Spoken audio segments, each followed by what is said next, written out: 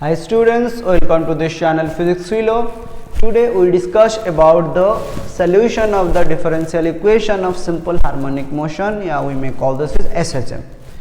Sometimes also we may call it this free oscillations because there will be no resistance of the oscillations during the simple harmonic motion. In the simple harmonic motion, generally we consider the simple pendulum.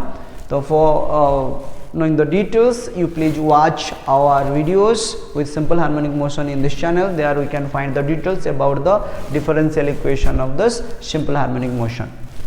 So the differential equation of simple harmonic motion is d square x by dt square plus omega square x equal to 0. Here x is the displacement, that means it is the distance of this pendulum from this mean position. This is d square x by dt square. Then omega square x equal to 0, omega is called the angular frequency, omega square equal to k by m, k is called the spring constant, m is the mass of the bulb. Again I am telling, to know the details about this omega square and this equation, please watch our videos with title simple harmonic motion.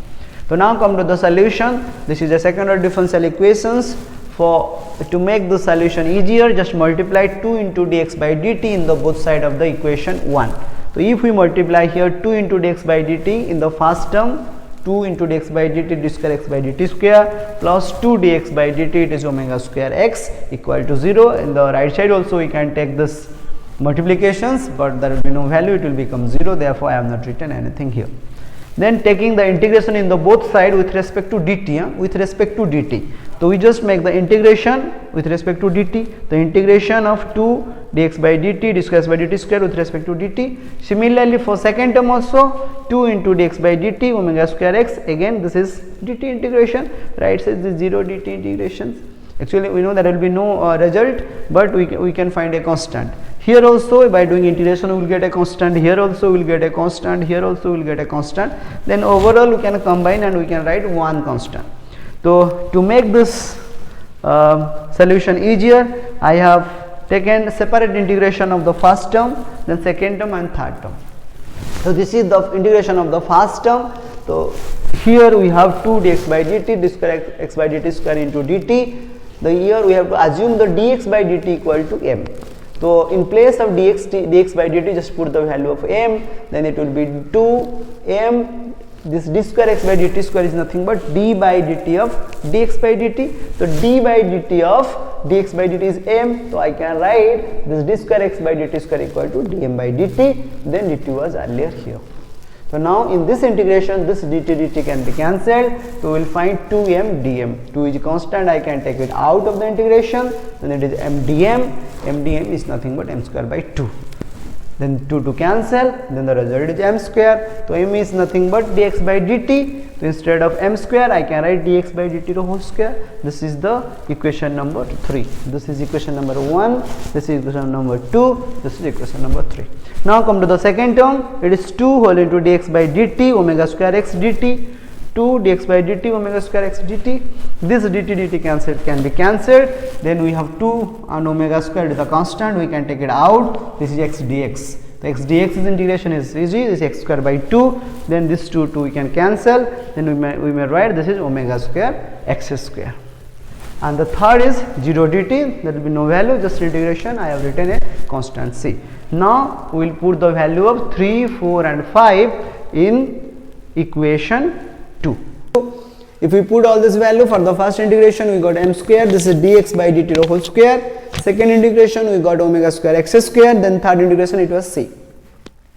In the constant, in the first integration also we will get a constant, in the second integration also we will get a constant. So if we will get this, take this two constants to the right side, then it will be also a constant. Therefore I have not written any constant for this first two integrations. Just overall I wrote a constant c here on this right side of this equation. To solve this differential equations, we have to take help of the boundary conditions. So what is the boundary conditions?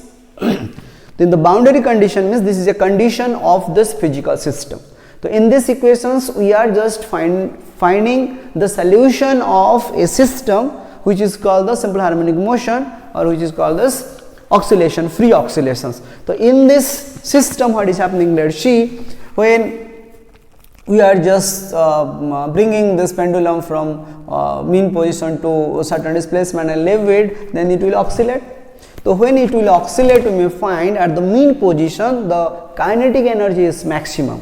So when it is moving from mean position to any extreme point, that means the system, this bob, is losing its kinetic energy and gaining its potential energy.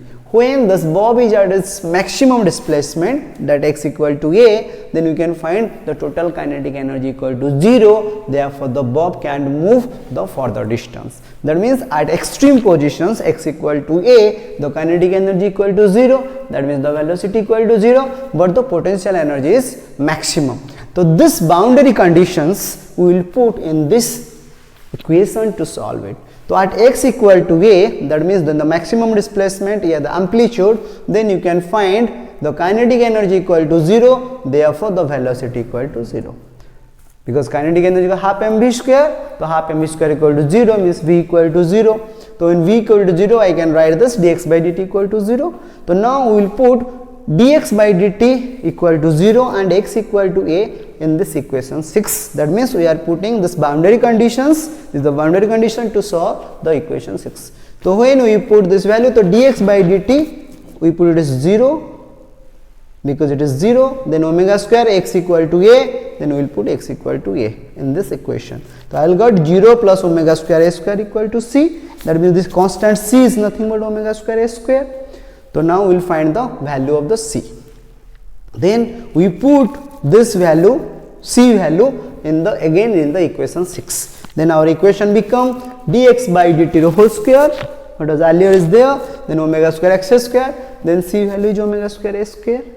Then we will take this omega square x square to the right side, then we will find omega square a square minus omega square x square, we will take common omega square, we will find a square minus x square.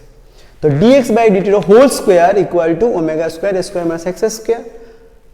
So when we will write only dx by dt, then it will be square root of this right side, omega square a square minus x square, and we know the square root of omega square, it will be plus or minus omega.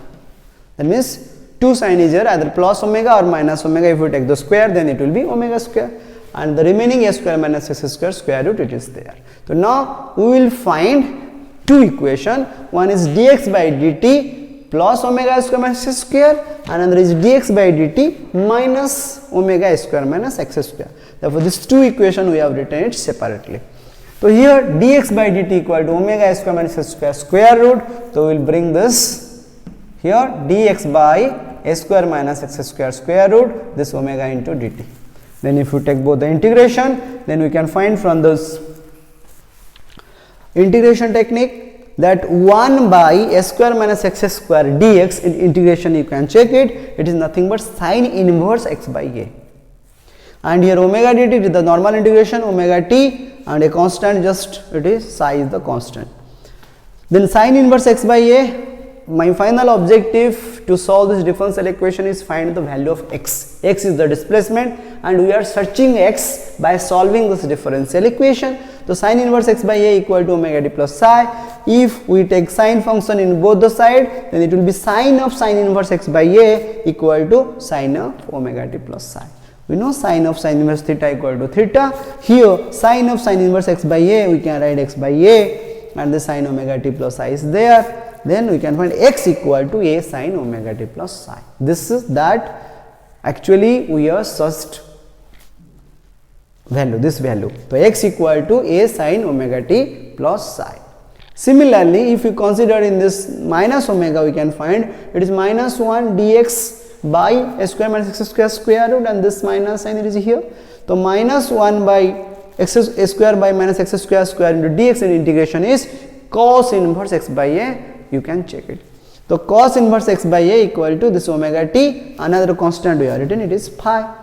Then for to make the x by a isolated, we have to just take the cos in the both the side. This is cos of cos inverse x by a, this is cos of omega t plus phi, cos of cos inverse theta equal to theta, then it is x by a equal to cos omega t plus phi. So here we can find x equal to a cos omega t plus phi.